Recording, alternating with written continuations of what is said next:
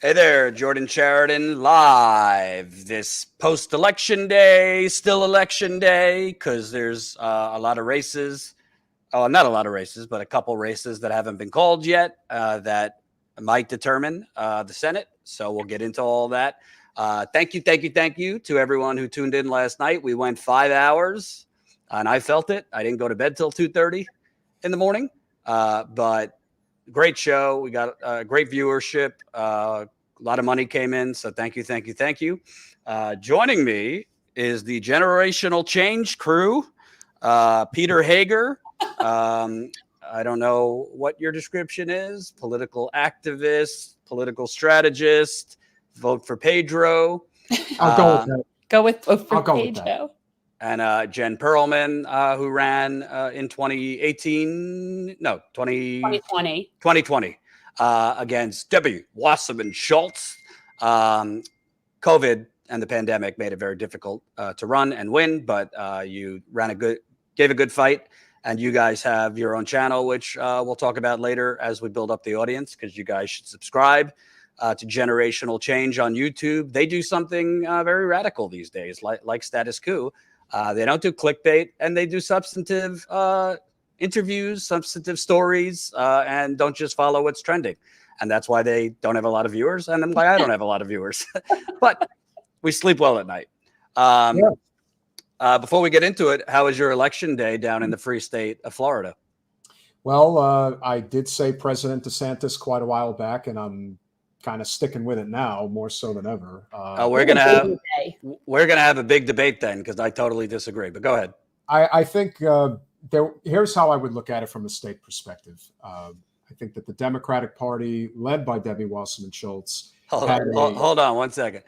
Yeah. Ty says, why was I not on the show last night? Did you lose my number, Tommy? You could have called me and come on the show. Tommy, come on sometime. Yeah, what's up? That'll be go ahead. I'll have you both come on. I think from a state perspective, it begins and ends with Wasserman Schultz, her relationship with Michael Bloomberg funding the state party, and basically making sure that Manny Diaz became the state party chair. He's a Republican, by the way. He was Republican mayor of Miami. Yeah. So hence Miami's red now. But there's many reasons for the decimation of the party. Ron DeSantis is a fundraising machine. Only Trump can compete with him. Raised $200 million, $100 million has been set aside. We all know where that money's going to go. It's going to go towards a presidential run. But there's a lot of other things that happen. Charlie Crist being, just a recycled candidate over the past 2 decades. Val Demings running to the right of Val Demings. Of Rubio. Of Rubio, sorry. I'm still running on a little low sleep. Yeah, she ran to the right of Rubio on law enforcement in particular. Oh, great. I don't think that sells well. Well, she's the former police chief of Orlando, and she was the first Black woman to have that job, and kudos to her for being able to do that. But she really doubled down on that identity, I think, in her campaign, and I don't think it played well. And I don't think she could have beaten Rubio anyway. I really don't, because he's not that loathed. You really need somebody to be loathsome to take out an incumbent. That's just the way it is. Rick Scott would be a good opportunity, and certainly in a year like this where DeSantis kind of had like the stars align, and not just the fundraising, but the fact that the Democratic Party is extremely unorganized. It's very disorganized, very corporatized in Florida. The consultant class has become a big topic of conversation. But the good news is that at the local level, there were some key victories. Yeah.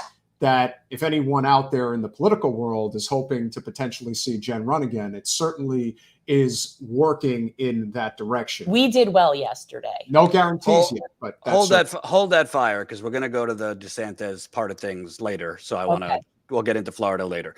But before we get into anything, I actually want to do a bit of a tribute, if you'll allow me, because unfortunately, yesterday I learned that a real a mentor of mine passed away. He was my dad's cousin, so not my cousin, but basically, one of those kind of my cousin, even though he was my dad's cousin. I was not really into politics growing up. I kind of got into politics in college, watching the debates between George W. Bush and John Kerry, and just seeing what a fucking criminal Bush was. And my dad's side of the family lives in Massachusetts. So when I would go up to Massachusetts, my dad's cousin Marty would always talk politics to me. And that's kind of what started getting me interested. And Marty is an old school, or was an old school labor guy, an old school like FDR Democrat. And Marty, there was nobody that was a bigger fan of me than Marty. When I started at 20, Colin, if you could put his picture up. When I started in 2016 on the road, covering Bernie's campaign and covering politics, Marty would be calling me while I was on the road because he literally was watching my videos over and over. So proud. Despite my father and some of my family being loony Republicans and watching Fox News, Marty was a Bernie guy and a real progressive, and unfortunately passed away of cancer at 74. Marty actually sent me my first book about politics. He sent me Tear Down This Myth about Ronald Reagan and the conservative myth of Ronald Reagan as, some man of the people. So we'll miss you, Marty. I'm sorry to see you go. You meant a lot to me. And in a way, it's fitting that he passed away yesterday, because he was definitely afraid of and very cognizant of kind of the rise of fascism in this country and the threats of kind of these loony people pushing election conspiracies and other shit. He wasn't like a capital D Democrat, like rah, vote for the Democrats, but he certainly would have been happy with the results last night. So anyway, sorry, RIP Marty. Now let's move on. Thanks for the super chat. Keep it coming. I want to get into some of the exit polls because I think all the pundits are, flopping and all over the place and coming up with narratives, but I actually think the narrative is very simple. The Supreme Court bailed out the Democratic Party. I don't know what you guys think, but abortion, even though the polls before this election showed inflation as a much bigger issue, showed the economy as a much bigger issue, showed abortion in most polls at like 7 or 8%. The exit polls, not nationally, but also in the key states like Pennsylvania, showed abortion was the number one issue in Pennsylvania. And I think number two, very close to inflation nationally. I think that the media pundits that I've seen are trying to make it seem like this actually vindicates Joe Biden and Joe Biden's quote agenda, whatever that means. I've seen that on CNN. I've seen MSNBC is giddy. But Colin, if we could just go through some of the exit polls, whatever order I sent it to you, so we could kind of go through this, and then I'd love to get your thoughts. Let's start with the Pennsylvania exit polls, because that's the one we were on the ground covering when you have a chance. So feeling about the way things are going in the U.S. Oh, so these are the national exits, but that's fine. 41% dissatisfied. So I don't really think that's really, a cheer for Biden and his agenda. Next. Want Biden to run president again in 2024. 67% say no. And among Democrats, 83% said yes. 83% for the sitting president. I mean, that's... Who are they polling? Well, no. And my bigger question would be why? And I would bet you a big chunk of that 83% is because they don't want Kamala or Pete. Like they don't see anybody else as an option. So I think that's a very warm 83. Like I'd also say for a sitting Democratic president, if I were the Democrats, I'd want it closer to 90. 83% of the party saying they want him to run. It's not a disaster, but it's not like, oh, wow, this is the guy, like Obama, I was closer to the 90s going into 2012. If we could show some more, Colin. Feelings about Roe v. Wade being overturned. So these are the national polls. 39% angry, 21% dissatisfied. So that's that's the majority, were angry about Roe v. Wade.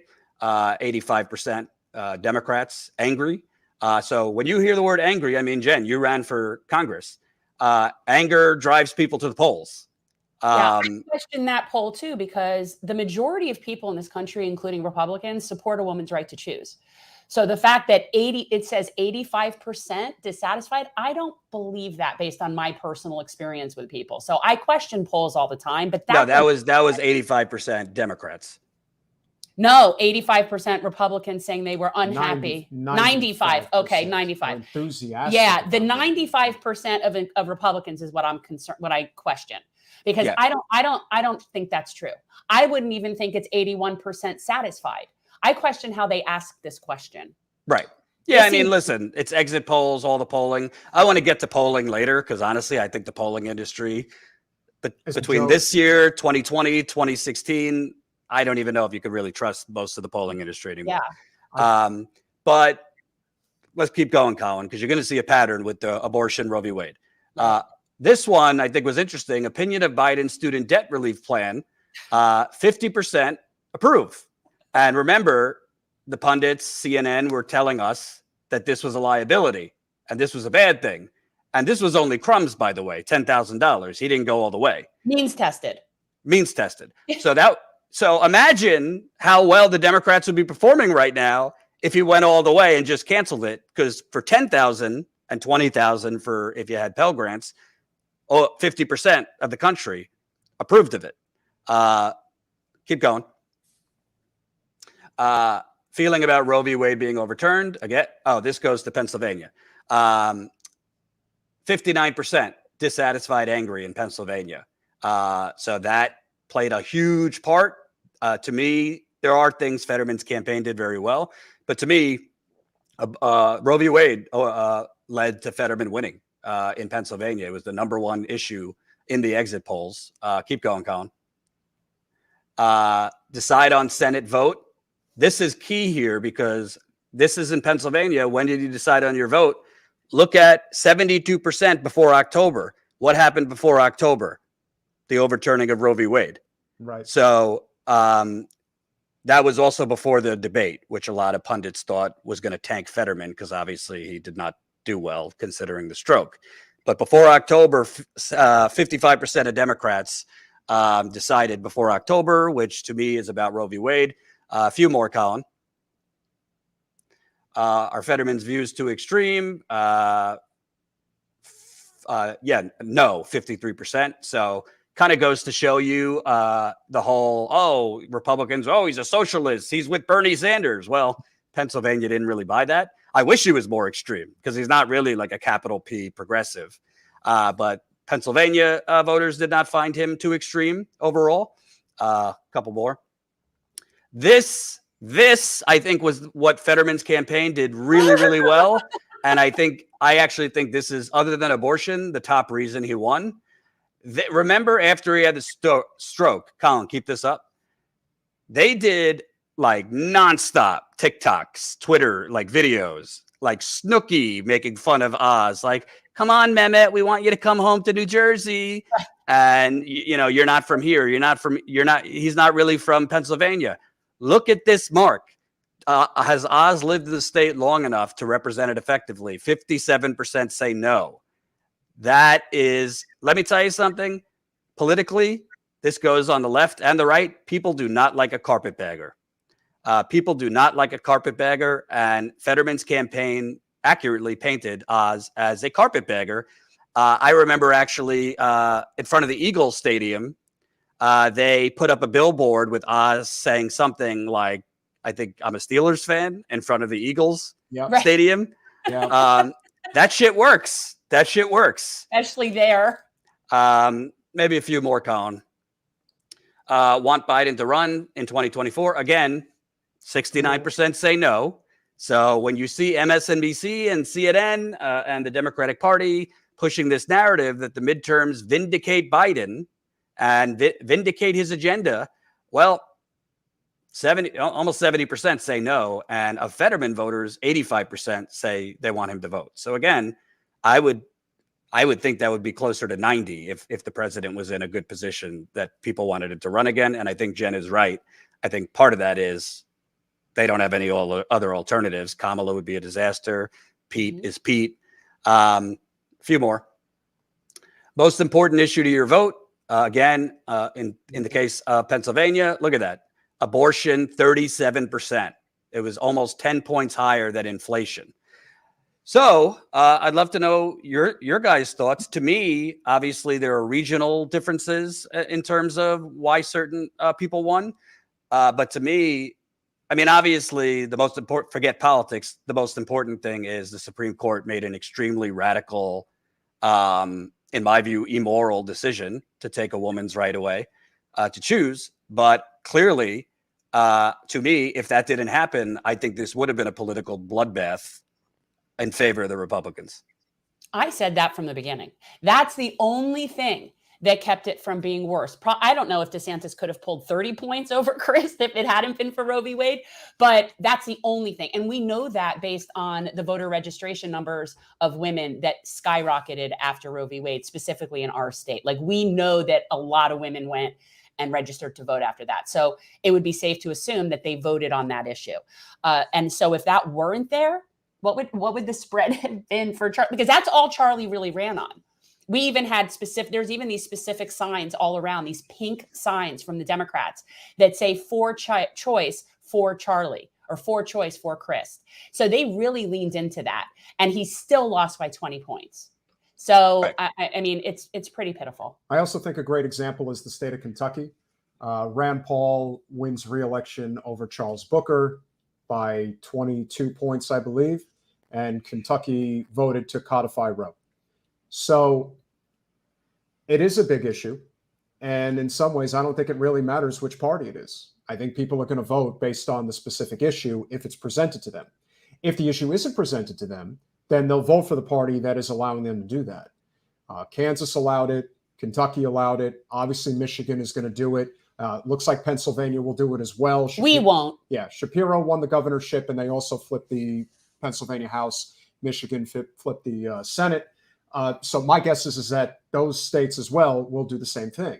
A state like Indiana decides, now we as a legislature will decide for you what you're going to do. And, you know, hopefully that won't be the reoccurring theme throughout the country. But when the people have an opportunity to vote to protect a woman's right to choose, they vote overwhelmingly in that favor, regardless of which party. Well, I also think, I mean, I didn't look so close into the numbers, but I do believe, and Jen, I don't know if you have any more insight into this, I think there has to be a good chunk of Republican women who voted for Democratic candidates based on maybe they are less favorable to abortion, but in looking at these extreme policies like no exceptions for incest, rape, life of the mother, some Republican women, maybe not like a huge chunk of the electorate, but some Republican women went for the Fetterman types or the Warnock types, et cetera, compared to, I mean, Oz was dodging on whether, you know, abortion. He didn't really give a straight answer. Herschel Walker basically is an employee of Planned Parenthood, apparently. I don't know what you think, but I feel like there was not a huge chunk, but like a certain part of the Republican women. It's the same thing with like suburban Republican women who fled away from Republicans because of Trump. And then that's why Youngkin won. He got a lot of those in Virginia. Glenn Youngkin won because he got a lot of those Republican women who ended up voting for Biden because they just wanted no more of Trump. But they came back because here's this pencil nerd wearing a sweater. And he seemed less threatening, and he's a traditional Republican. So I do think some of it was Republican women also saying, yeah, maybe I think Roe v. Wade should have been overturned, but I don't agree with this no exceptions part of it. I think that's probably true, but, and I can only speak as to Florida, there were an inordinate amount of female Democrats that voted for Ron DeSantis. So there were a lot of Democrats that voted Republican. And in fact, there were Democrats that never voted Republican before and voted Republican in this race. Right. So yeah, the GOP might have gotten, you know, they might have lost some of their voters to a Democrat, but they also gained Democratic voters. I think that might be a wash. I'm not sure. I mean, what are our numbers don't make it look like that matters. Yeah. Well, Florida is it tends to be an anomaly compared to sort of the bellwether, if you will, in terms of where compared the to country's normal going. places. But this whole election has been completely topsy-turvy, upside down. Every state is different in its own way. Very few predictions actually came to fruition. I did think Fetterman was going to win. I still thought that he would, despite his poor performance in the debate. You don't have such a substantial lead, and then no matter what the polling number said, like you said, it's a lot of it is it's done in a way to ensure competition, which ensures ratings. So what seemed to me like a campaign that may have been obviously a lot closer than it should have been.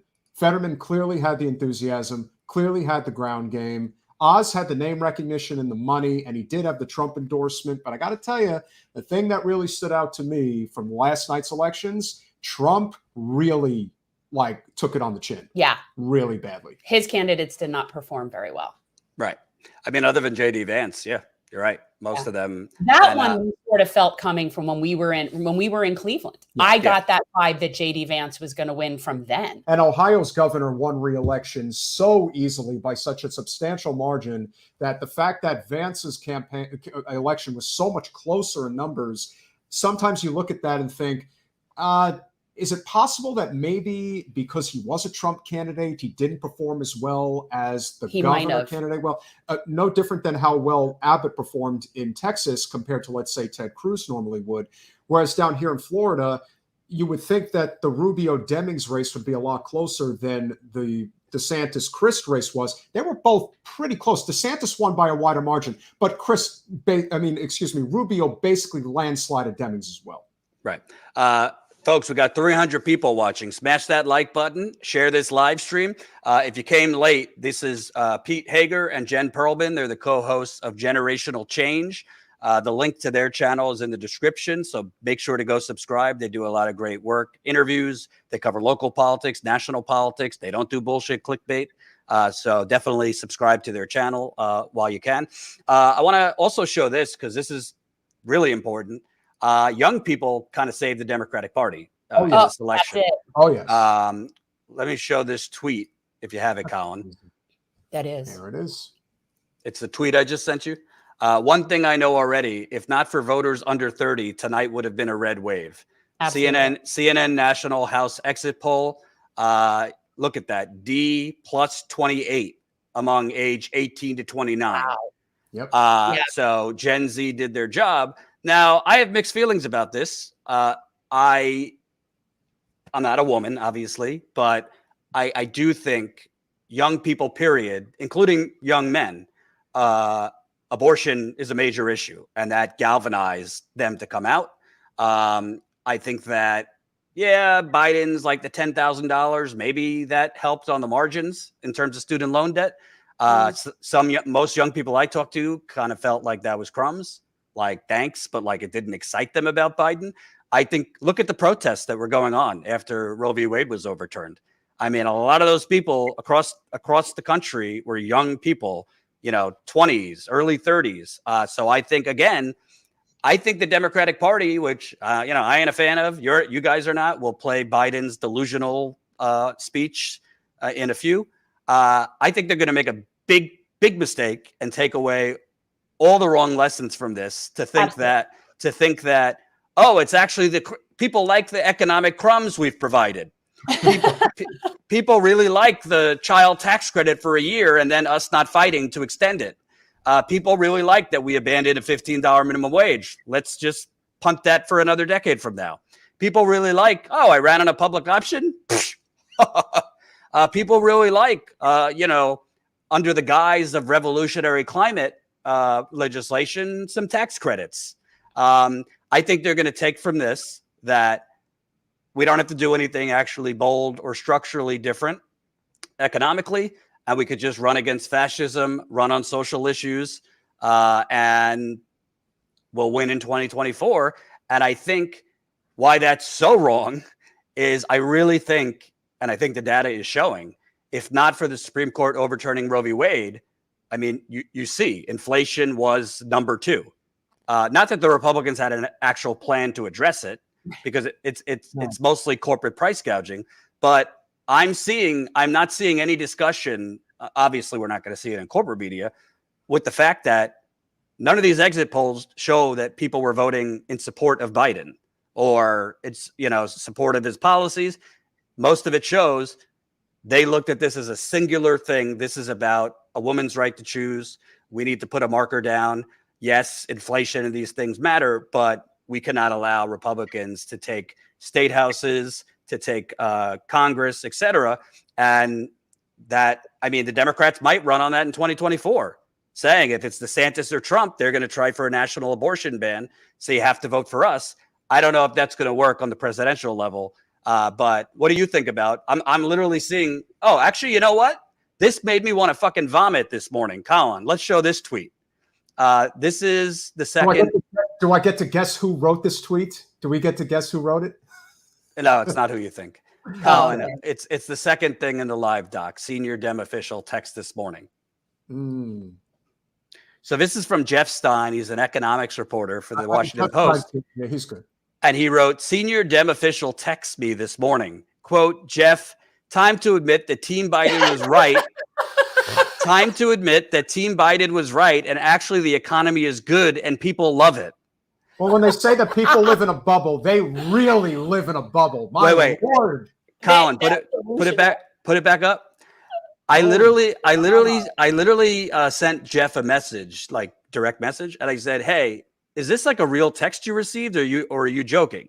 Because sometimes he puts out tweets that are like sarcastic and kind of humorous. And he got back to me like almost like, why would I quote something that I so like anyway, it's real. This is a real text that he received from a Dem official. When he says Dem official, it's somebody in the Biden administration. He's not going to say that. Probably Neera Tanden wrote that, if I had to guess. That they actually believe these results are time to admit that Team Biden was right and actually the economy is good and people love it. Well, let me show you, Jen and Peter, how much people love the economy. Colin, the first article in the live doc about people living paycheck to paycheck. This is how much people love the Biden economy, even though it's not really the Biden economy. I was going to say, that's just the economy. It's just the two-party duopoly economy. Yeah. This is from CNBC. There's a bit of a delay because I sent Colin 70 articles. First one on the live stream doc. So it'll be good. I can't even imagine. Yeah.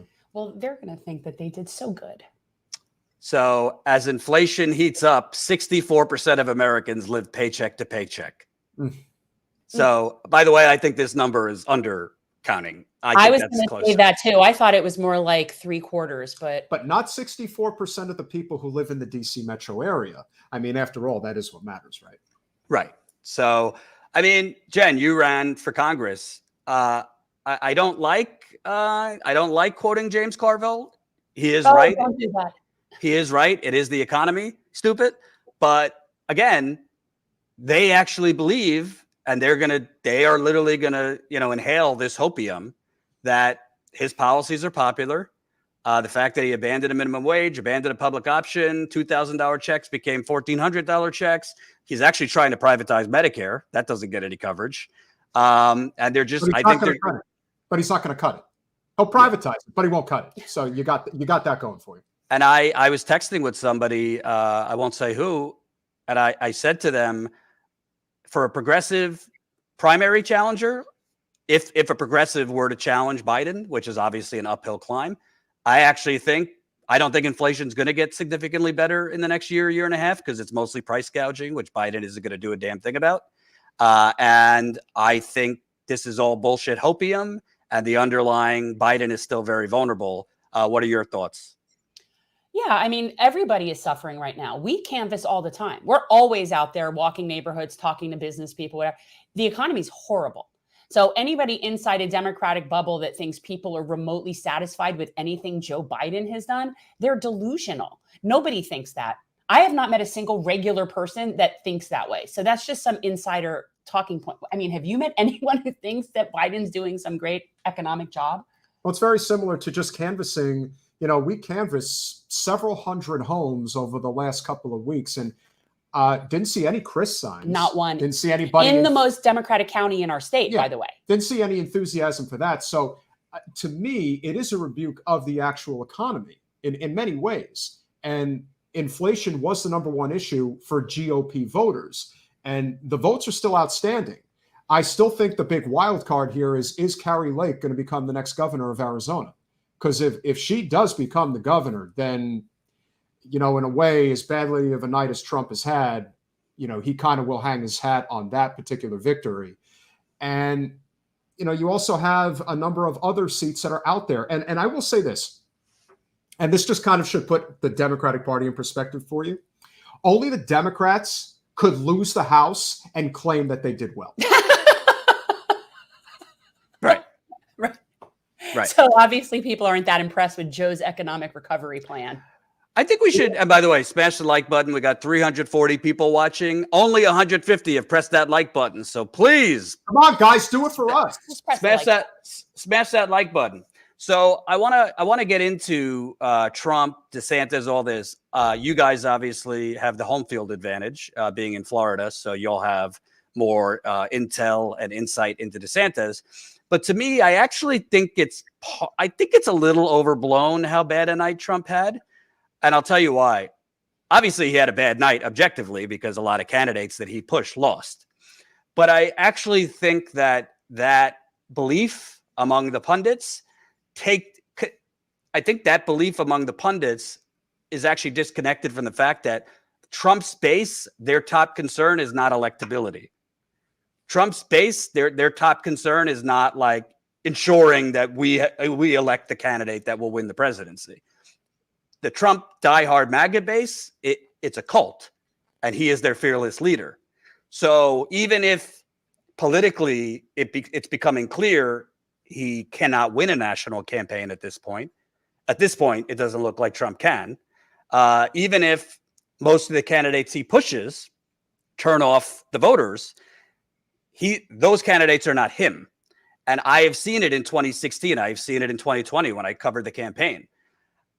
The pundits and the donors might be done with Donald Trump, but his base, they are really, it would take a lot for them to turn on him. I mean, they didn't turn on him after an insurrection because half of them were part of it.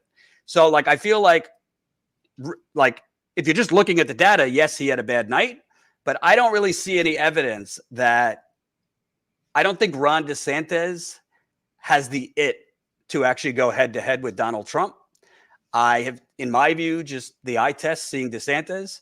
I mean, he was up against Charlie Crist, which is basically running against the hall monitor. He seemed awkward to me in some instances in the debate. I think Trump would eat him alive in a debate. Remember, a lot of people thought Jeb Bush was going to be the next big thing from Florida in 2016. A lot of people thought Rubio could compete, and then Trump ate him alive.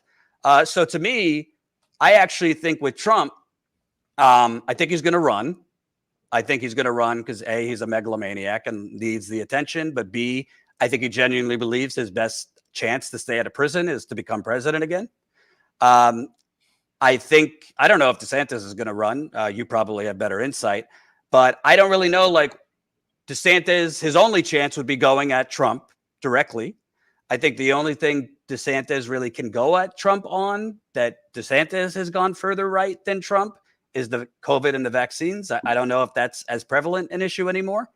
And I think, honestly, I think DeSantis is all culture war and not much else. So I'd love your thoughts because obviously the media is basically declaring Trump dead today. And they are puffing up Ron DeSantis. I also think, Colin, do we have that clip? I usually don't quote Ana Navarro, but I actually think what she said about this kind of made a little sense. That's the CNN clip I asked you for, Colin. You mean hold on, let me just put a pause on. The narrative Ron DeSantis is the king of Florida and has done what no one thought could be done. That's the narrative. Which I told you yesterday was going to be the case. Yes. I told you he was going to win bigly. Mm-hmm. But listen, Ron DeSantis barely won in 2018 by 35,000 votes by the skin of his teeth against a black, progressive, little-known mayor from Tallahassee, Florida. Yesterday, he won by 20 percentage points. Why? Because he gamed the system. because he turned Florida into an unlevel playing field. They changed election laws, making it harder to vote by mail. They paraded a bunch of people, black people, that they arrested for voting fraud, and paraded them in front of national media. He created an election police. He also was very good in responding to hurricanes and other tragedies. He also invested and laser focused on Miami-Dade. And in the meantime, turnout was 10 points lower than it was in 2018. In 2018, it was 63%. Yesterday in Florida, it was 53%. So that's not a red wave. Red wave is when people go out to the streets and vote. When you have, what you had is a depressed, deflated vote, Democratic vote. And who can blame them when you nominate a corpse? I mean, yes, he won bigly, but he won against a corpse, a political corpse, and that's an insult to corpses. She's kind of really wrong on a lot of things. Yeah, like she's very wrong. But I think people are underestimating DeSantis. He's extremely smart. He's extremely politically savvy. And the truth is, he gets things done. He's been pretty effective here. Now, the outside world focuses on the culture war crap and Disney and don't say gay and all that. That's not mostly him. That's our legislature. And that's him talking political talking points to rally up the people that he thinks he needs to rally up. He's not that. But what he does do is get things done that need to get done. I don't agree with all his policies by any stretch, but he's extremely effective. And that whole election thing, that is complete crappy propaganda built up by the Democrats just to, I don't know. We didn't see any of that. My vote by mail meant as smooth. Tons of polling stations. All the polling stations were smooth. I didn't see any suppression. My vote by mail went perfectly fine. So I don't know what she's talking about. And you have to remember, in a state of over 20 million people, it's very easy to find, a handful of examples outliers where things go bad. What they did to that gentleman who was up in, I think, Polk County, horrible, where the cops went to his house. Yeah, that's terrible. But it happened to how many people? If you're going to hang your hat on that one specific issue, when the infrastructure of the Democratic Party in the state of Florida is detestable on its best day, the fact that yes, there is Debbie Wasserman Schultz, but there's a ton of this old guard that will not go away. The consultant class completely owns the state party in many ways. You have the enthusiasm, which is in a very, very small part of the state, basically the I-4 corridor between Orlando and Tampa. You have Maxwell Frost, who's going to Congress, who we're very happy about. Anna Eskamani won re-election for the State House. I should say, by the way, I interviewed him when I was on the ground there in March, covering the Don't Say Gay bill. We didn't get a lot of viewers, but I did interview Maxwell Frost, and I thought he was very impressive. Yeah, he's great. And the other thing that I think that she's really missing is, DeSantis didn't win by a wide margin against Gillum, but he was an unknown. He was an unknown that sort of got thrown in at the last minute by Trump. It wasn't supposed to be that way. There was who was it supposed Adam Putnam. Yeah. So that's why he didn't win by much. So he wasn't there. Nobody knew him. So to compare it. Correct me if I'm wrong, but wasn't there significant issues of black people getting purged from the rolls in that race? No, there was this was 2018. This was in some ways what you would consider to have been a blue wave year by Democrat standards. They won the House, but they ended up losing seats in the Senate. They put a lot of money, and I mean a lot of money, behind Gillum and Bill Nelson, and they still ended up losing to, in this case, the newcomer DeSantis, as well as Rick Scott. And you look back on it now and you realize that Florida really was one of those centerpiece states that the Democrats went all in on, and they didn't win. And so their attitude going forward is, well, it's very hard to beat an incumbent. And DeSantis is obviously very popular. So we're just going to put X amount of dollars to make it seem like we're competitive. But the truth is, the Dems really don't have a bench.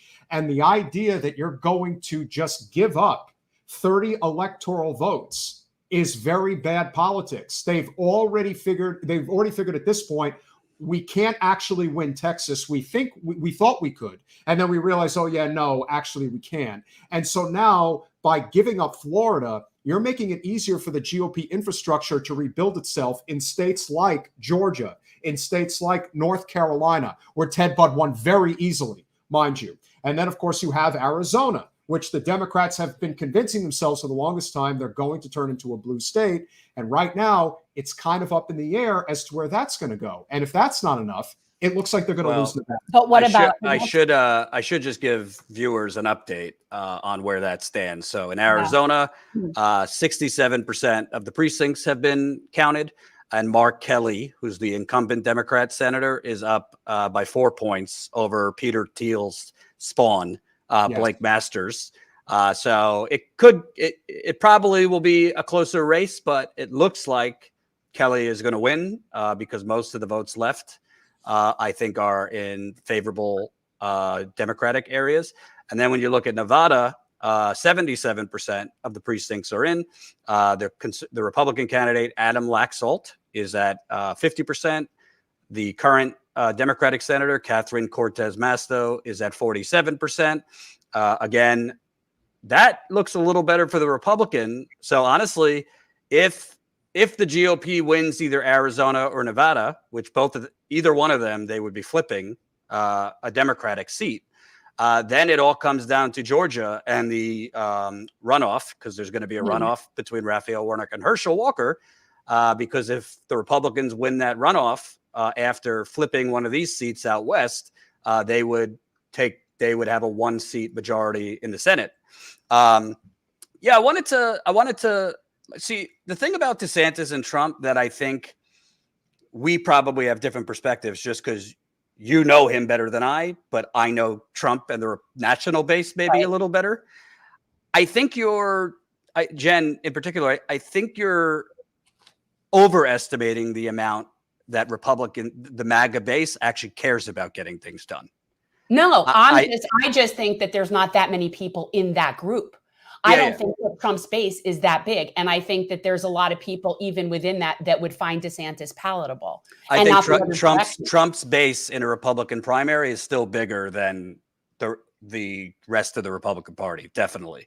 The only person who can compete with Trump is DeSantis. There isn't anybody else. That we agree on. The point I'm making is DeSantis, even if he ran a good campaign, pointed out things that maybe people don't know about that he got done in Florida. Obviously, people like his culture war, which I think is, obviously I think is pretty dangerous, a lot of the things he's doing. But there's there's a loyalty element in politics, right? A lot of voters are very loyal a decade later to Barack Obama, right? Trump, his base, the reason he rose in 2016, and I saw it on the road, the reason he continued to rise, I mean, he got more votes in 2020 than he did in 2016. He just handled COVID so badly that he handed Biden the election. The pro wrestling element of it is real. I mean, the MAGA base, Trump did not get the wall finished. They don't care. Trump did not get a lot. Trump passed a tax cut plan that skewed 84% to the wealthy. They don't care. It's almost like a religious experience with a lot of this MAGA base with Trump. I also think the element that DeSantis cannot control. I do think Trump's going to be indicted on these classified documents, and I think it's actually going to help him politically because it's going to make him a martyr. Look how everybody rallied around Trump in the Republican base after the Mar-a-Lago raid. I mean, even DeSantis had to come out and support him and defend him. If he's prosecuted, oh my God, MAGA is going to rally around him. I think even the pundits on TV, who it would not be good for their careers to go against Trump. And I don't know how DeSantis competes with that, because then Trump has the wind behind him. The deep state's coming after me. They're trying to stop our movement. They're trying to stop our movement from making America great again, or whatever. So I think without Trump being indicted, which, I mean, legally speaking, anybody else would be in prison right now for half of what he did. Maybe DeSantis would have a better chance, but I just think with Trump running on, they're trying to stop our movement. This is the deep state. Yeah, this was a library card violation.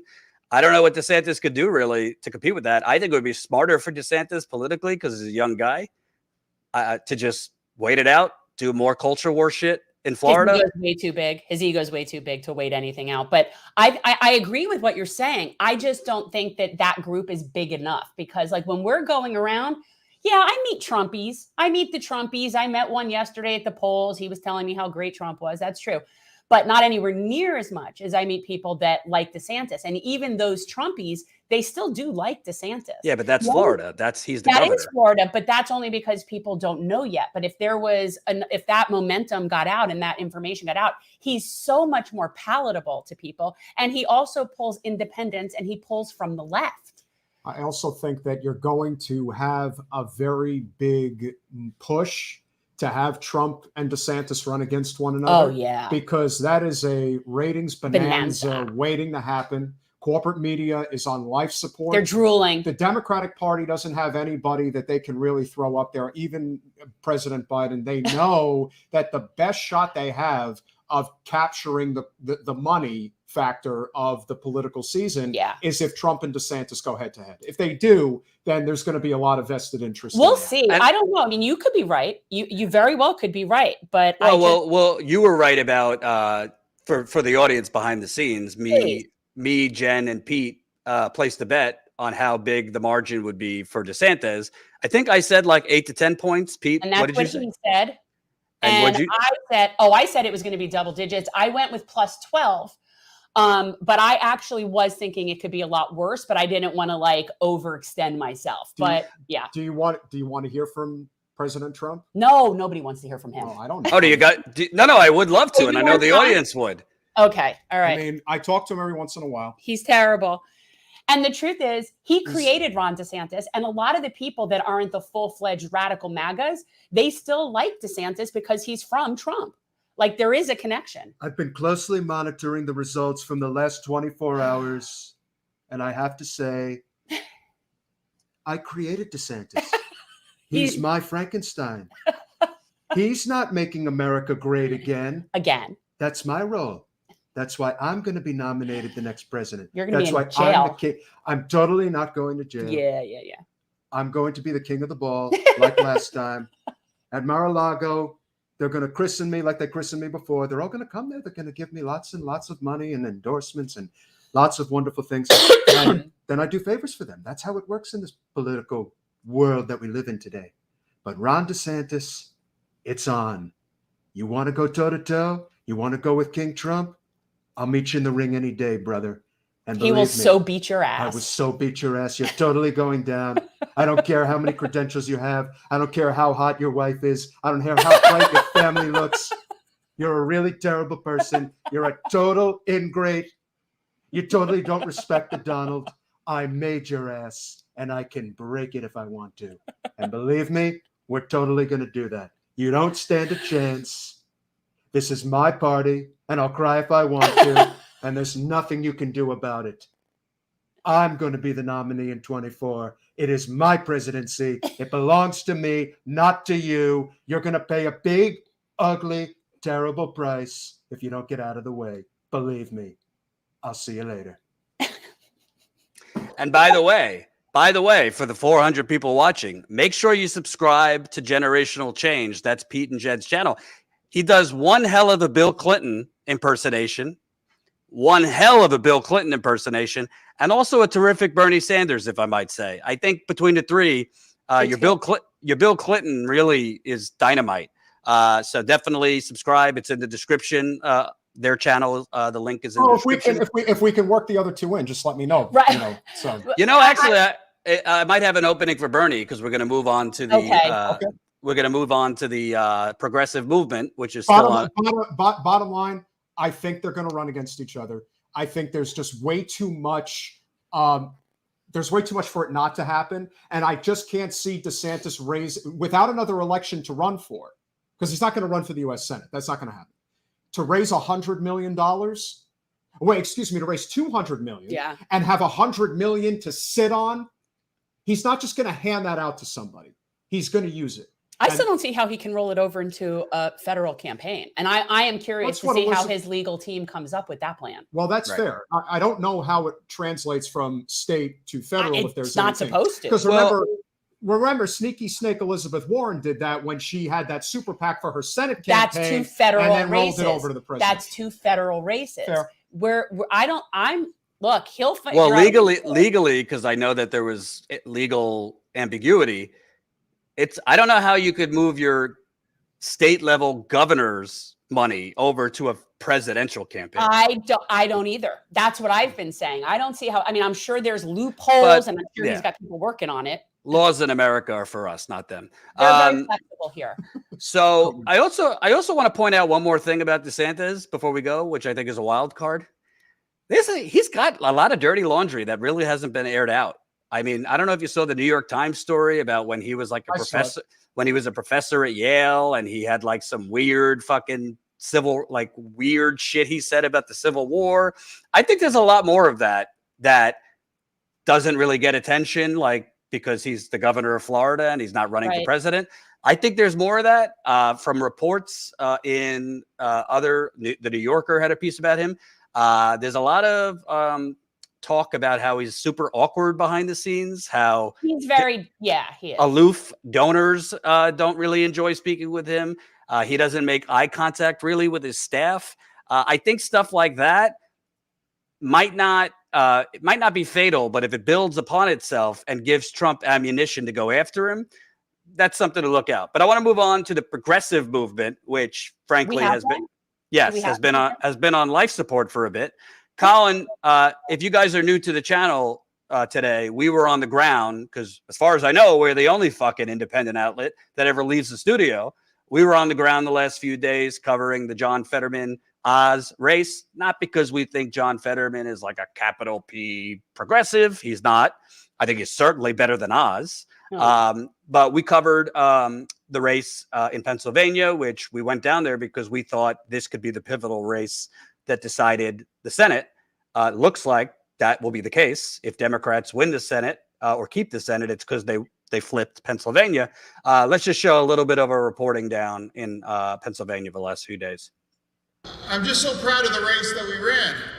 And this campaign has always been about fighting for everyone who's ever been knocked down that ever got back up.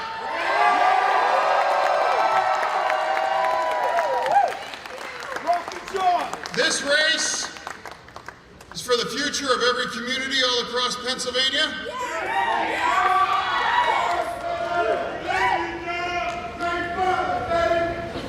For every small town or person that ever felt left behind, for every job that was ever been lost, for every factory that was ever closed, for every person that works hard but never ever get ahead. I'm proud of what we ran on. Protecting a woman's right to choose, raising our minimum wage, fighting the union way of life. Healthcare is a fundamental human right.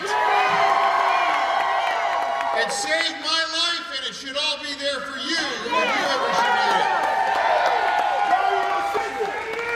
Standing up to corporate greed, making more things right here in America and right here in Pennsylvania, and standing up for our democracy. What were kind of some of the top issues or top reasons that you're supporting Fetterman in this race? Well, the main reason I'm here is actually I'm a Republican. Okay. And I have a nonprofit company, Wellness for Veterans. So the person replacing Toomey is a direct representation for the veterans to the VA. So I actually went to Camp Oz. He gave me 5 minutes. I went to Camp Fetterman. He gave me 25 minutes. So he switched me from a Republican to a Democrat right then and there. So I had to follow him because he was supporting me and he was supporting veterans, which to me was the most beneficial out of anything that's out there. Currently, the Democrats have a slim majority in the Senate. Tomorrow, we'll kind of see. We probably won't find out exactly tomorrow, but in the next couple of days, we'll start to see where things go. If Fetterman does win the race and the Democrats pick up a couple seats in the Senate, do you think Democrats are actually going to begin to act on some of these things? At the end of that speech there, we heard Fetterman talk about Medicare for all, raising the wage to a living wage. Do we think that Democrats are actually going to go through and carry through on some of these issues, or is it going to be like we kind of saw this summer on a couple of the issues of abortion and things like that, where, there's been a lot of talk, but we haven't seen a lot of action yet? Well, you're going to see action. It might not be the extreme that some of the people project, but as far as women's rights, Medicare for all, I don't know if that's quite the right thing to say, Medicare for all, but I think it will be expanded to where you can buy in. Health care, living wages. They talk about minimum wage. It's not a minimum wage, just livable wages. And union way of life, those are the main things. And you think Fetterman, because unfortunately, we get a lot of, it happens on both sides, right? You get this administration has been pro-union. We can get the majority of the Democrats and make the PRO-Act law. Sure, you're convinced that it could happen. I'm to be myself. I believe it's going to happen. All right, you're more optimistic than me. I wish some of these guys would get in there and do it. So you guys seem to think that Fetterman will be one of the guys to actually get in there and fight for these things in the Senate. You get that filibuster. They need to do their damn job when they're come out and read a book for 2 days over nothing. Those are our tax dollars paying for their asses down there.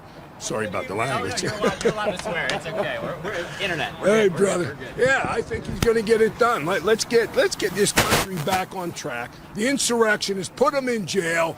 Elections are elections.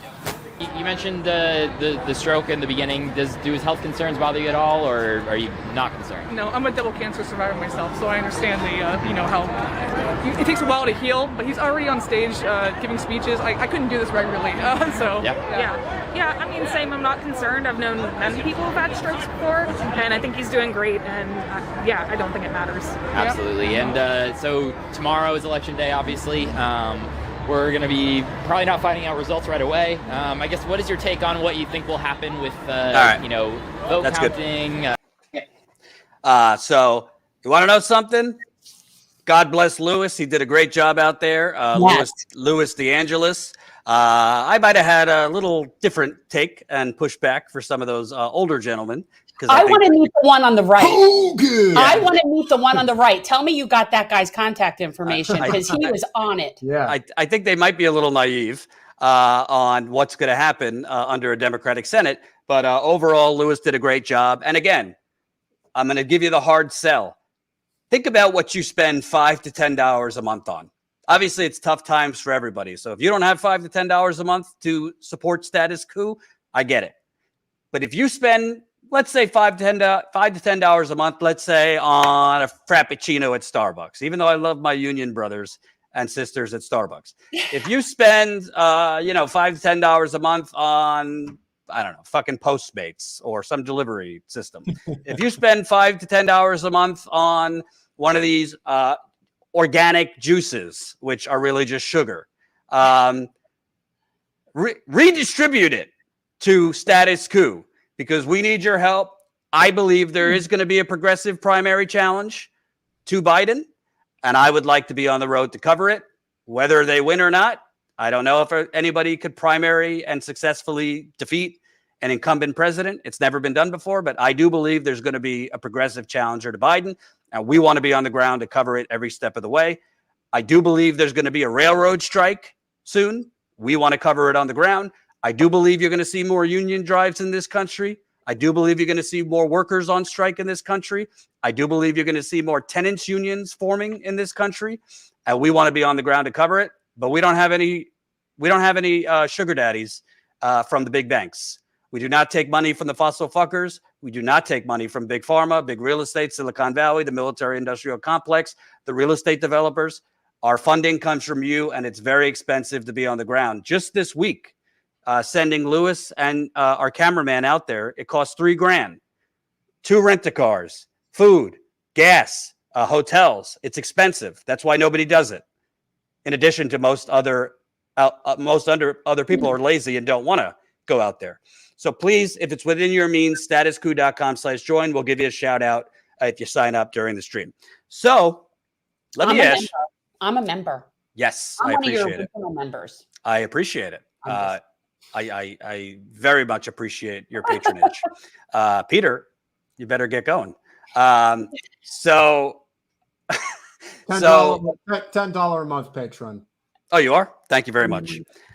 So I'd like to know what you guys think, because frankly, we've discussed the national politics of it, but we have a progressive movement. I've never said throw the baby out with the bathwater. I respect Bernie for everything he's done, but I think the cake is baked with Bernie. He clearly is not going to agitate Joe Biden. He's not going to galvanize his troops to call for more against Biden. Let's say, for argument's sake, the Democrats keep the Senate. It would basically be status quo. I think it would be a 50-50 tie still, and we'd still be dealing with this fucking criminal Manchin. So I don't think I think Bernie's going to do what Bernie's been doing, which is play along and hang out with his friend Joe. I believe the squad. I've never been #fraud squad, but they should be criticized. I mean, AOC ran on bringing the ruckus to the Democratic Party, and the only ruckus she's bringing is magazine covers.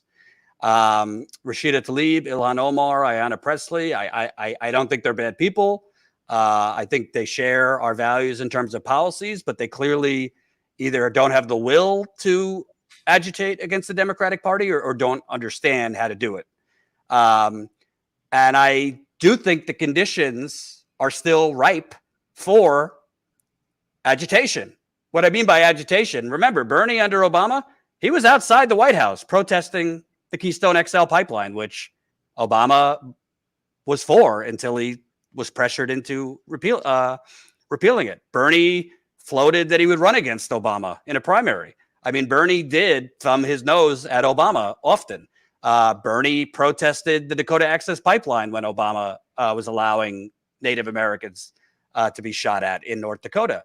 But what do you think? Because to me, I don't see anything changing between Bernie and the squad agitating, because I think they are paralyzed by the fear of being blamed if the Republicans take the House and Senate, them being blamed, or if DeSantis or Trump win the White House, them being blamed because they went at Biden and, all that. So what are your thoughts electorally? Are we going to see anything different from Bernie plus the squad? No.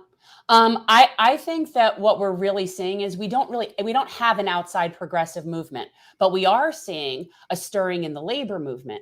And actually what I think, the whole idea of Bernie and the squad, and that's what a progressive is, everything we've been talking since 2015, those are all just made up words. Like, that doesn't mean anything. And we're seeing that repeatedly. And I do not think there is somebody else in our political landscape right now that is capable of pulling that kind of movement. But I do think that that person exists somewhere in the labor movement. Like, my thought is that it will only be when the labor movement merges really and has a hand in the electoral politics in any way that we're really going to have progress. So I just think that the rest of them are just sort of sitting there, just making the cogs turn at this point. Pedro? Well, I think from the squad perspective, I think it was a good marketing concept, but when push came to shove, they decided their careers were more important. Ilhan Omar is in a very precarious position with her congressional seat. We'll probably have another very viable challenger in 2024. Ayanna Pressley is clearly eyeing Elizabeth Warren's Senate seat. As far as Rashida Tlaib is concerned, I personally think she's the best of the bunch in terms of. By the way, I should have said this, but AOC and Rashida Tlaib won re-election last night. So good. Yes. We don't hate on them. No. But we don't idolize them and overestimate what they're willing to do and put their necks out, because that's just not who they are. Yeah. And the gutsiest one of the bunch is Cori Bush. And I would say Katie Porter, and she doesn't even get called the squad. Well, of course. And those types of individuals are always getting singled out because they go against the corporate special interests of our political system. And the second that you start questioning the actual causes of our plight in society, the big banks, the big pharmaceutical industry, big oil, big tech, second you start doing that, you put yourself in harm's way. There's a reason why Katie Porter's congressional seat may be lost because the GOP decided to spend $8 million on that race, and the Democrats decided in response to give $300,000 to keep Katie Porter to help keep her seat. If you can't see the game that's being run, I don't know what you're looking at, because it's just painfully obvious that all of this traces to whether or not we have a fighting system that includes individuals who are going to stand up to corporate interests. Right now, we do not have that. But I think if we are to have, let's say, a railroad strike, I would say that would be a pretty big step. But right now, you have the president who, in my opinion, is a failure because of his failure on labor. And the fact that he came out and said, oh, we completely took care of this problem regarding the railroad workers. No, you didn't. You didn't do anything. In fact, you made it worse. And so that, to me, I think is going to be a big deal going forward. I also want to say, though, in all fairness to them, I do know that when you're in there, like, it isn't just so much, even if it isn't just about your career, even if it isn't, I just love this job and want to be here, there is this legitimate sense of 2 years is not really a long time to get things done. You spend half that time campaigning for the next term, and you really do believe that you won't be able to get anything done if you get ousted, if you get defeated. And so they are so threatened by donors and people who are friends of donors that in order for them to stay there to do what they want to do, they have to play. And so I don't think it's like malintended in every case. Like, I don't find it particularly nefarious, but I think it's problem.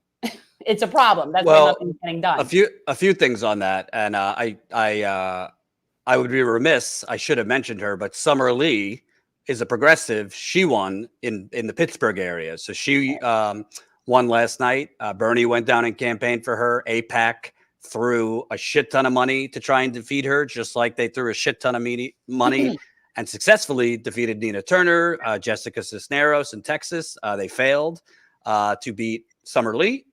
She is the first Black woman, I believe, representative to Congress from Pennsylvania. So that's historic. So we'll see. I don't know if she's joining the squad or whatever, but she is progressive and she does have a really good, I think, life story. Whether she will agitate. See, to me, I understand what you're saying, Jen, but I also think that I think they need to look out west towards somebody like Shama Sawant, because Shama Sawant, and again, it's easier said than done, but what makes Shama Sawant such a thorn in the local Seattle, Washington State neoliberal cabals is that she understood that if I am literally an activist representative, she's only a city council member, but Amazon has thrown millions of dollars to defeat her. They've lost every time. Amazon pushed a recall to defeat Shama Sawant in Seattle. They lost. And it's not just Amazon. It was other corporate interests in Seattle.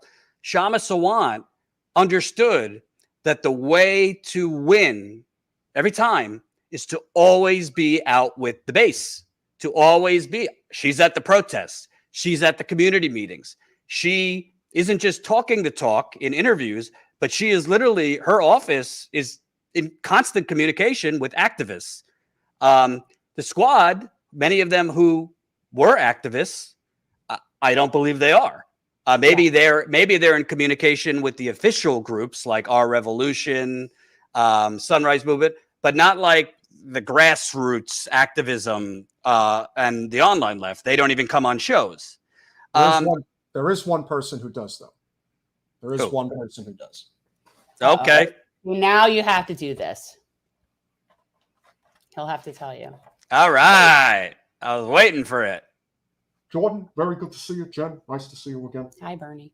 I do wish there were more people in Congress that were willing to put on the soft shoe and go out there and stand with labor and make sure that we are getting a living wage, universal health care, a clean energy grid, ending these useless wars.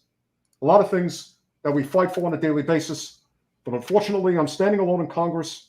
People are not joining me, Jen. What's going on? Well, it would help if you would endorse people like me. Then you would have that. Well, look, my good friend I'm just saying. No, Joe is not your friend. Joe is a good friend, and he told me that, you can't ruffle the feathers down here. Debbie still has... You couldn't endorse me against Debbie. She's the reason that you're not president. Look, Debbie Wasserman Schultz is not a good person, and unfortunately, she's still in Congress. If you run again, I might consider doing something nice for you. Yeah. We'll see what happens. But the important thing to remember is that no matter who ends up running for president in 24, that you have to stand with labor. We must recognize that healthcare is a human right. Great statement last night by John Fetterman, who I endorsed. He did a great job. Yeah. As well as a living wage.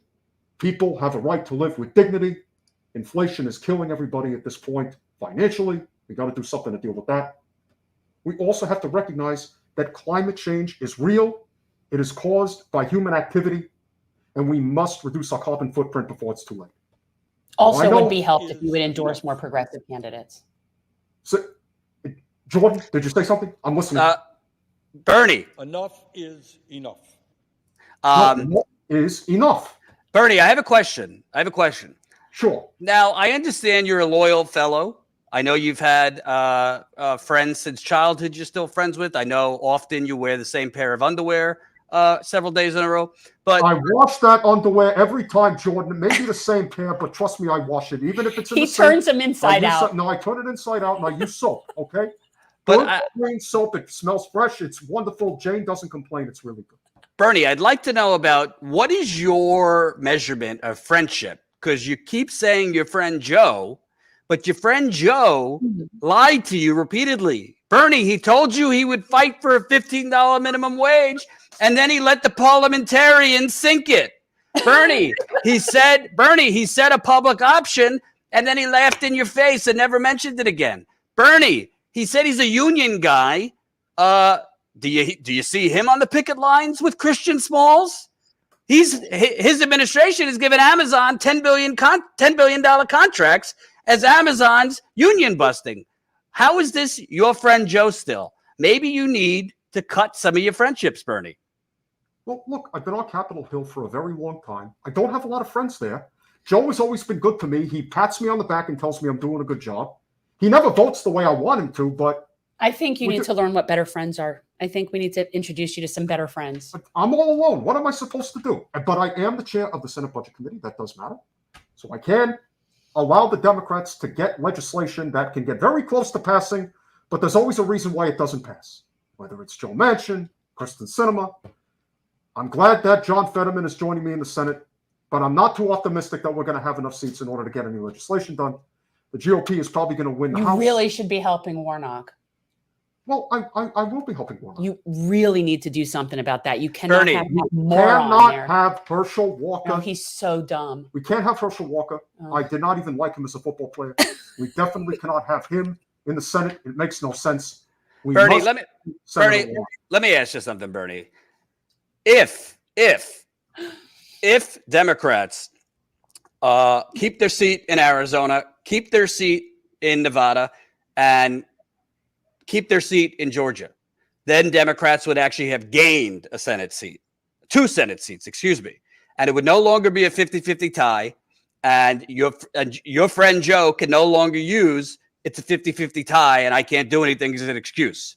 Now, if the Democrats gain 2 seats and Manchin can no longer block everything, and your friend Joe does not deliver, I think a $15 minimum wage is too little at this point. But let's just say a $15 minimum wage. If he does not deliver it, Bernie, can I count on you to be leading the charge outside the White House, leading the protest against your friend Joe, and demanding, because he doesn't have an excuse anymore, if they get 2 more Democratic seats, can we depend on you to lead the charge? Because you said, Bernie, I remember you said, hold your nose, vote for Trump, and we'll fight Biden on day one. It's long past day one, Bernie. Will you lead the charge against Biden if he can't use Manchin as an excuse anymore? Jordan, I'm going to make a promise right here. You can pass this along to all the media that's out there listening right now. If we are able to successfully add a couple of seats to the United States Senate, and I don't have to stand there by myself listening to these excuses about why we can't get anything done, I will stand in front of the White House with all kinds of people, labor, unions, everyone in between. We will demand a $15 minimum wage, and we will demand a public option so that everyone has the right to buy in and get their own health care. When you say demand, what does that mean? How are you going to demand it? And are you going to mention Biden needs to deliver? I will mention my good friend Joe needs to deliver. All right. I will do it very nicely. I will ask him politely. He might say no, but I'll still stand out there anyway with the working people of this country and stand by the side and recognize that I should have been president, but I'm just the Senate Budget Committee chair. Joe Biden, who is a friend of mine and a very decent person. Joe Biden. Oh, man, that was fantastic. Thank you, Bernie. Thank you, Bernie. Colin, we need to clip that. We definitely need to clip that. That could go viral. And if it does go viral, you know what? And if it does go viral, let him have to hear it. Let it get back to him and be like, "That's not me. I didn't say that." That would be hilarious. I think he should call people and do that, because on the phone, it's like impossible. You know, I will say this. I'm not going to say where it was, but when I was getting my real estate license, I had to get my fingerprints done, and I go into an office that is extremely pro-Trump. And as soon as I get in there, I start saying, "This is a really great office." And the person who was there, she lost her mind. Like she's like, you really sound like him. And she said, "I want you to call my sister. I'm going to call my sister on the phone. I want you to say." Never told me this. I'm telling you now. So I want you to call him on the phone, and I want you to say that you're President Trump. And the only reason they would believe it is because we're not that far away from Mar-a-Lago. So she called.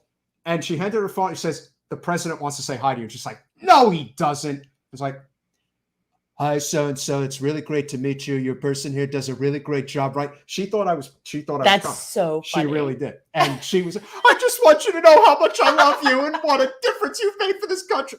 This is the hero worship that is so insufferable in politics. But if you want, I would make calls basically being like, "I really want us to get this $15 minimum wage. We got to get it right now." That'd be and so people funny. would believe that and say, "Bernie Sanders is going around calling." I didn't do that. Listen, Pete, if Bernie's not going to do it, if Bernie's not going to agitate against Biden, then maybe you could do it as Bernie and get the people out there. Fine, I'll do it. Why not? Well, this is all still counting on getting 2 Senate seats. Well, in all seriousness, this brings me back to the progressive movement, because I think there's something that people...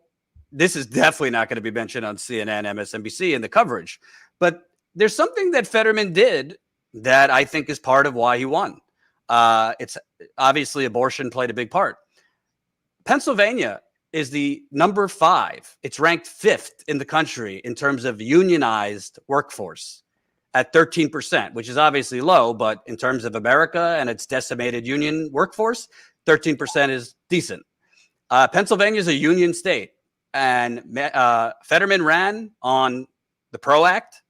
He ran on the union way of life. The unions in Pennsylvania were knocking on doors for him for the last 6 months. All the unions. Oz is allergic to unions, and he's also allergic to a minimum wage. He wouldn't say he's for a minimum wage. Fetterman did more than any Democratic candidate.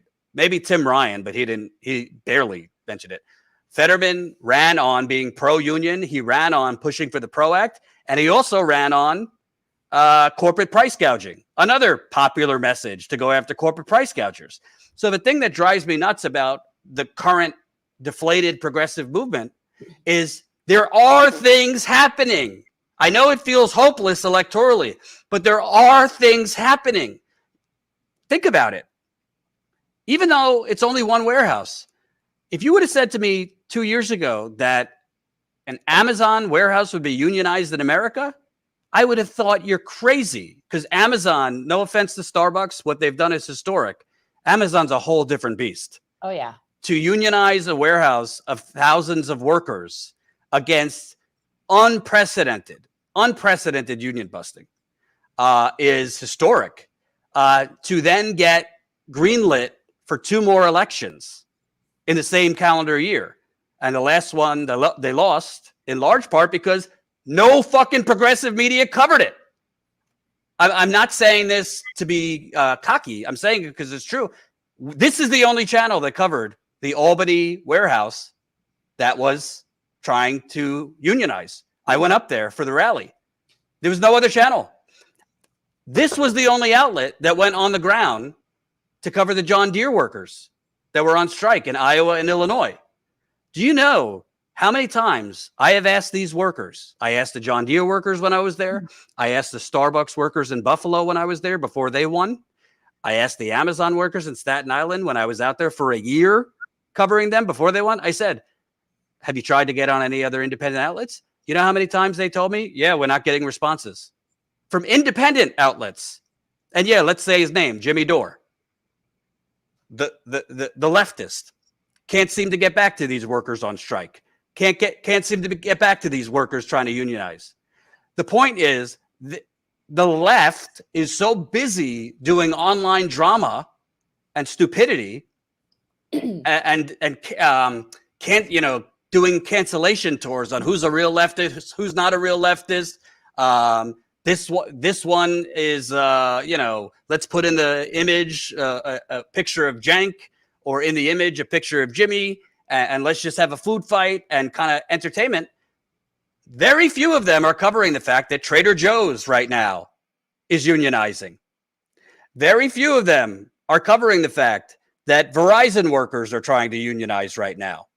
Very few of them right now are covering the fact that Apple workers are trying to unionize. Very few of them are covering right now that there are tenants unions growing all over this country. There are things happening among the working class outside of electoral politics, and the online left, at least, isn't really engaged as far as I can tell. And when I go out there, I'm not saying all these outlets need to go out on the ground and cover these things, Right. but I believe these bigger channels, with an exception of Breaking Points, because they do cover it, I believe these bigger channels can have these workers on, right? I believe these bigger channels could kind of lift up tenants workers.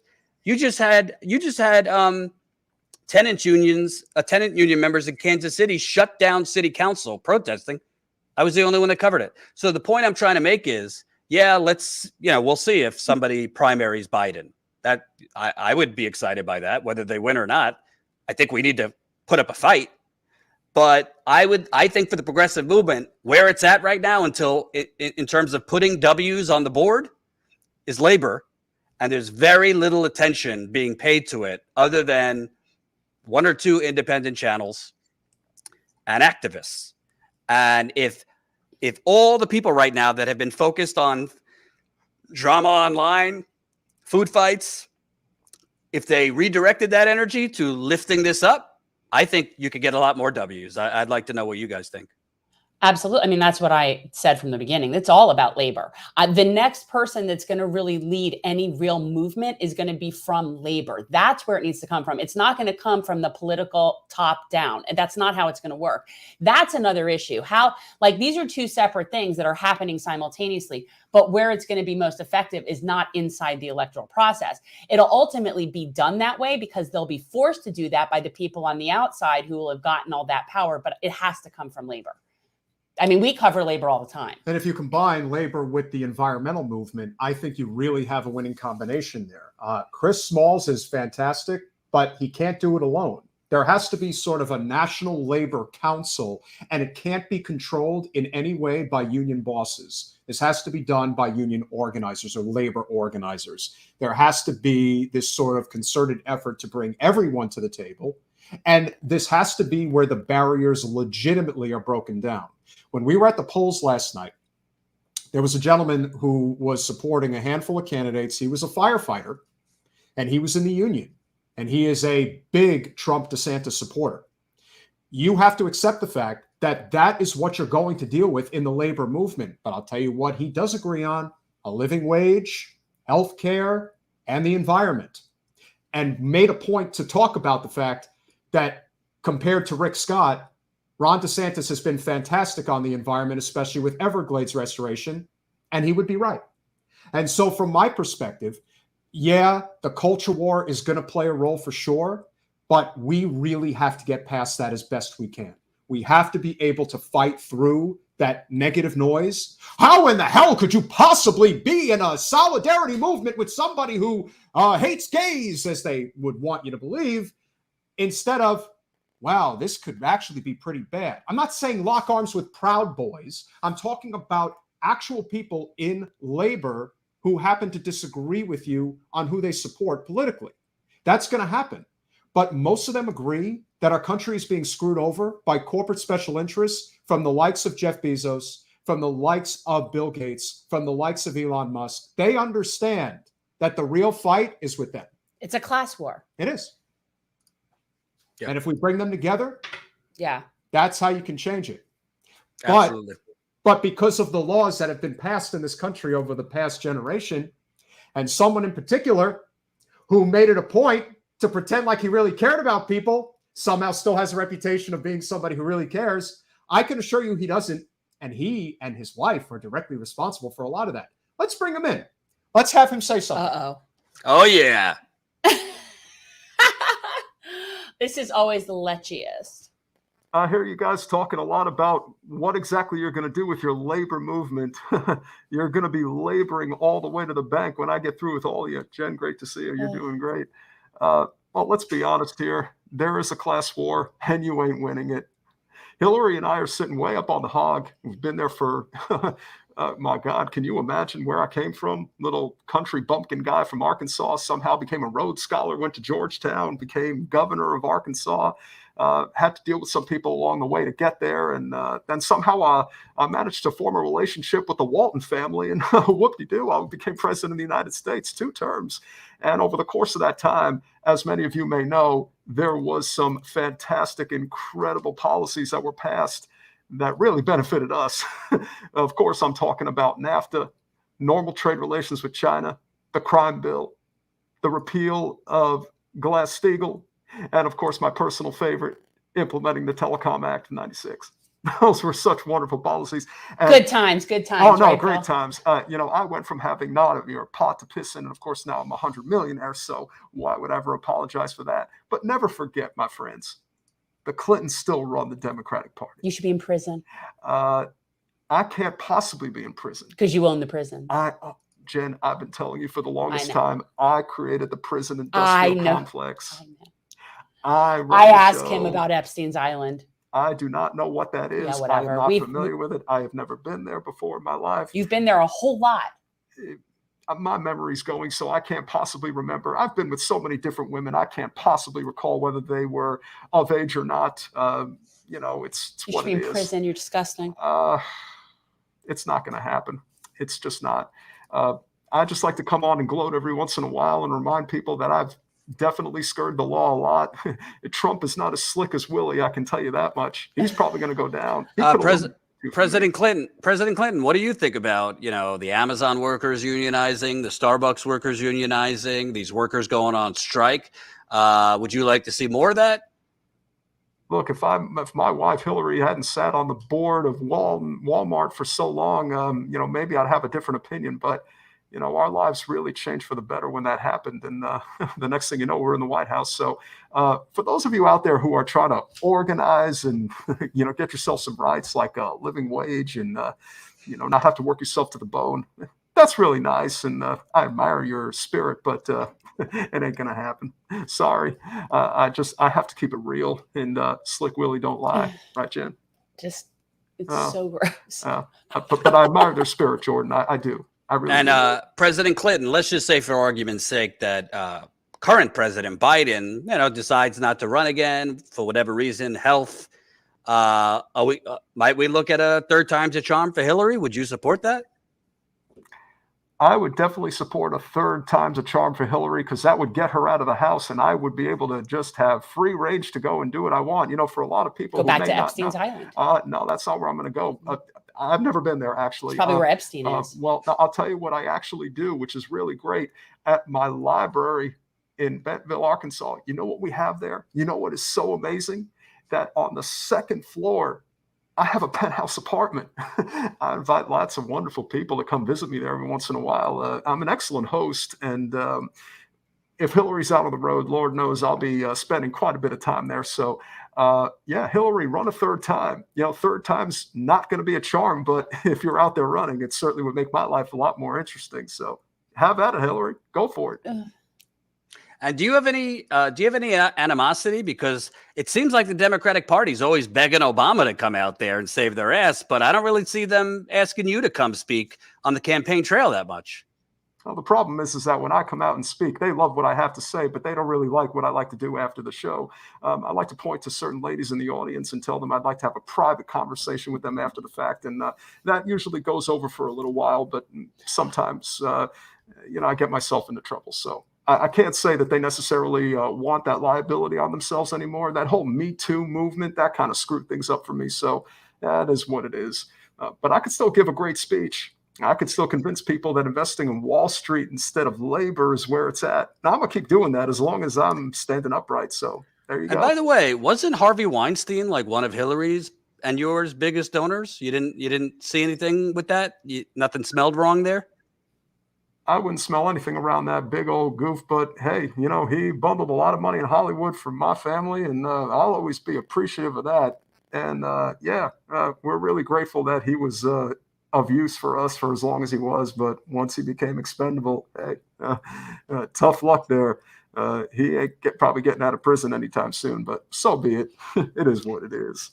Thank you very much, President Clinton. Great to be here with you guys. I would really say, if you could get the DeSantis down, if he's really going to rise and run, if you get a DeSantis impression, it could really take off.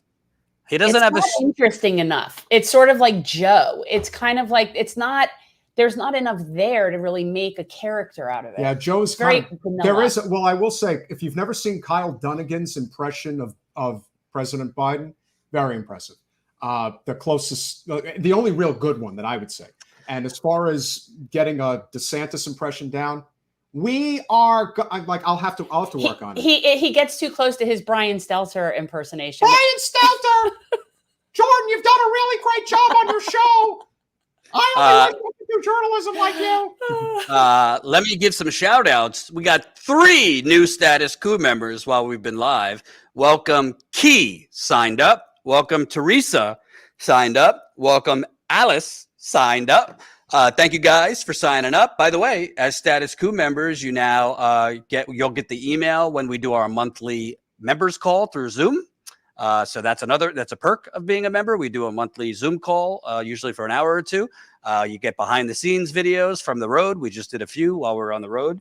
That's StatusCoupMember.com. If you're a new Status Coup member, StatusCoupMember.com for behind the scenes content. Also, let's read some super chats before we wind this down. That's Double K. That's a friend of ours. I don't know if she's normally a friend of yours, but she's a friend of ours. She's awesome. A friend of yours is a friend of mine. Yeah. My Visney, $2.99. Thank you. Double K, $19.99. Mansion for Parliamentarian 2024. Love Double it. K has that. Yes. Thank you, Double K. Dennis, $4.99. Thank you, Marty, for helping Jordan along his way. We wouldn't have Status Coup without your influence. RIP, deepest condolences to you and yours, Jordan. Thank you. I appreciate that. Fly Chomper Fly, $2. So Marty was another old progressive. So sad he is gone. It is. He was a great guy, really, really passionate about FDR, history, labor, and just trying to make this country better. And he was a great guy. He really supported me in my career and personal life, and I'm going to miss him. Kelly, $4.99. Biden already announcing and Trump next week. Oh, my fucking God. We're so screwed. Get ready. Yeah. That's why I got to say, I'm not going to lie to you. I think I'd be lying to you if I thought a progressive challenger could defeat Biden or any incumbent president.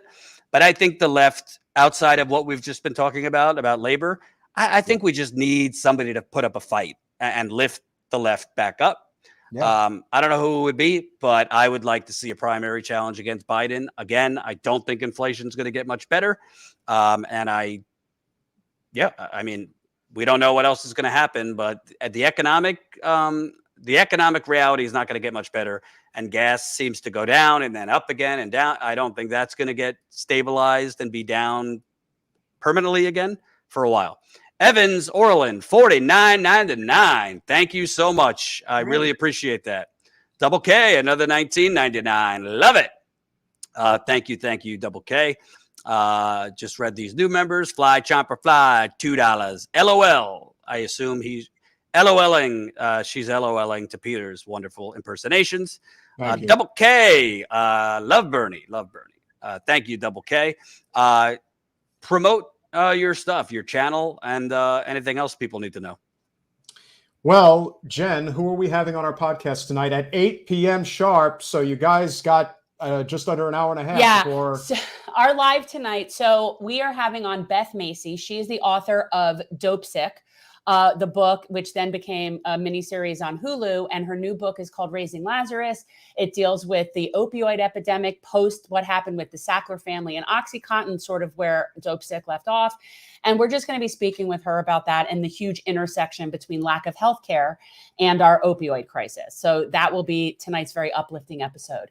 In general, we cover all different stuff. We have all different guests. Now we won't have candidates for a while, so that'll be nice. Reprieve. We're going to have to convince Jordan and Steve Grumbine to come on more consistently now to fill, make our live streams more lively. We cover different things. I mean, all different topics. We do long form interviews. Sometimes we do special events. I just recently did an event called Deconstructing Zionism. We had 3 different panels. That's going to be an ongoing series that we're doing. Just different topics, basically, that interest us, which are generally about some sort of justice. I mean, please be a Patreon or subscribe on YouTube. And that's my cue to come on here and tell you about generational change and why you want to come over to our channel as well.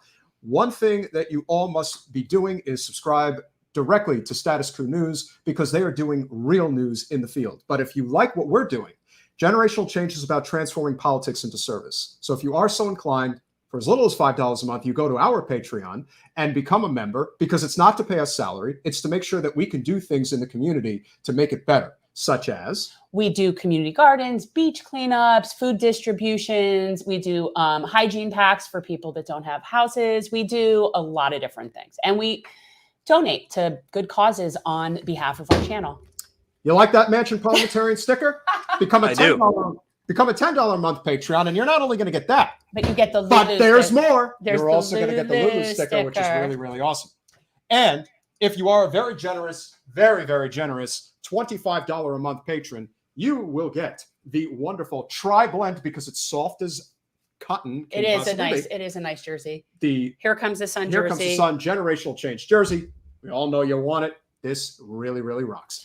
But all kidding aside, we do what we do because Jen did run for Congress against Debbie Wasserman Schultz. We were able to build a nice following here in South Florida. There's not a lot of good to say about Florida in terms of the left movement these days. But clearly, after what happened last night, there needs to be a reckoning within the Democratic Party in this state in particular. Yes, it is Jen Perlman. And it starts, obviously, with Debbie at the top, but there's a lot of others that need to have their reckoning as well. So we're going to continue to do what we're doing, and we'll see what the political landscape looks like, figure a year from now, and, see if there might be an opportunity to run again. If not, we're going to continue doing what we're doing. But I would definitely say things are looking fairly favorable after last night for many reasons. So yeah, you're going to continue to see us, and we're always grateful for you, Jordan, for platforming our channel. And, we're always happy to promote what you're doing, because you're doing the real stuff, the stuff that really makes a difference, with all due respect to the other channels. Well, we're trying to facilitate the revolution. That's what's happening. We're all trying to facilitate the revolution. And it's just a matter of, can people coalesce enough and get along enough so that it's actually formidable? And that's what we're trying to do every single day. Like, that's what it feels like as a full-time job. And let me make a creative suggestion. I got to tell you, once a week, name it Bernie Filibuster.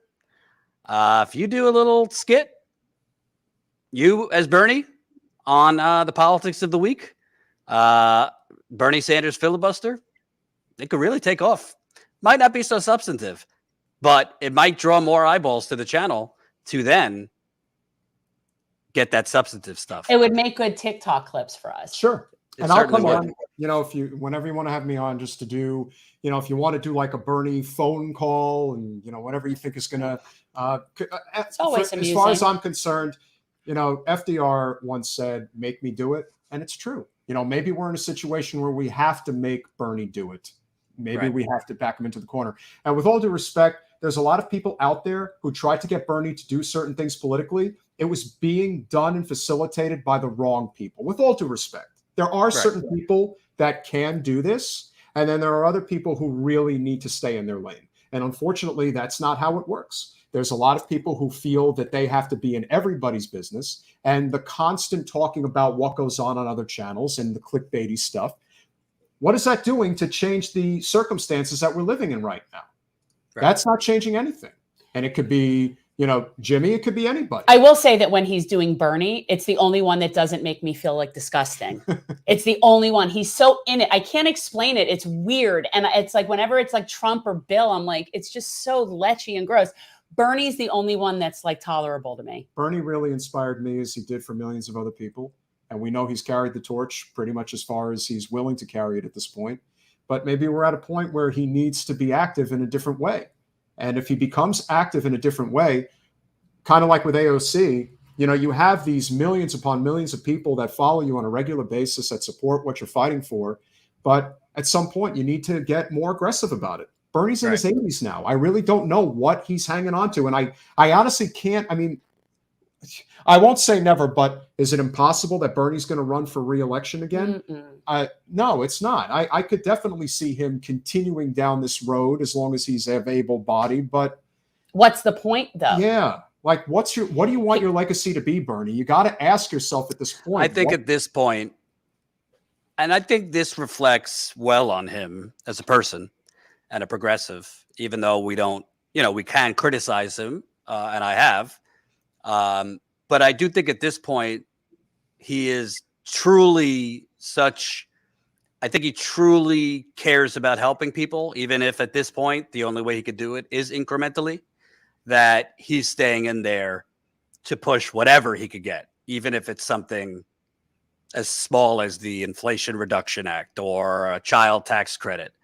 I think truly his purpose. He's truly in it as public service. And I think the only reason he's staying in it is because he thinks if he is diplomatic with Biden and he doesn't agitate, then he'll be able to get some more incremental progressive policies. I don't love that strategy. I think he could get more if he agitates, but I think that's based on sources that I have in his world. I think he truly is in it as long as he could go to try and get whatever crumbs of change he could get, which a significant portion of the left isn't happy with because they don't want crumbs. But I think Bernie at this point, listen, he's 81 and maybe he's come to the conclusion that's all he's going to be able to get. So, yeah, but I think we are without a person right now. That's just the reality. There is no person. Yeah.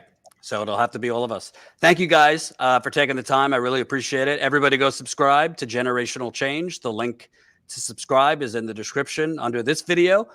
Thank you to the new people who signed up. Again, support our on-the-ground reporting because this is it. This is the calm before the storm. There is going to be a 2024 election. I hope to God a progressive runs a primary challenge against Biden. Whether they win or not, we want to be on the ground to cover it. Whether they have a chance in hell or not, we are the Underdog Network. We want to cover the fight. It's important to be out there and cover the fight, win, lose, or draw.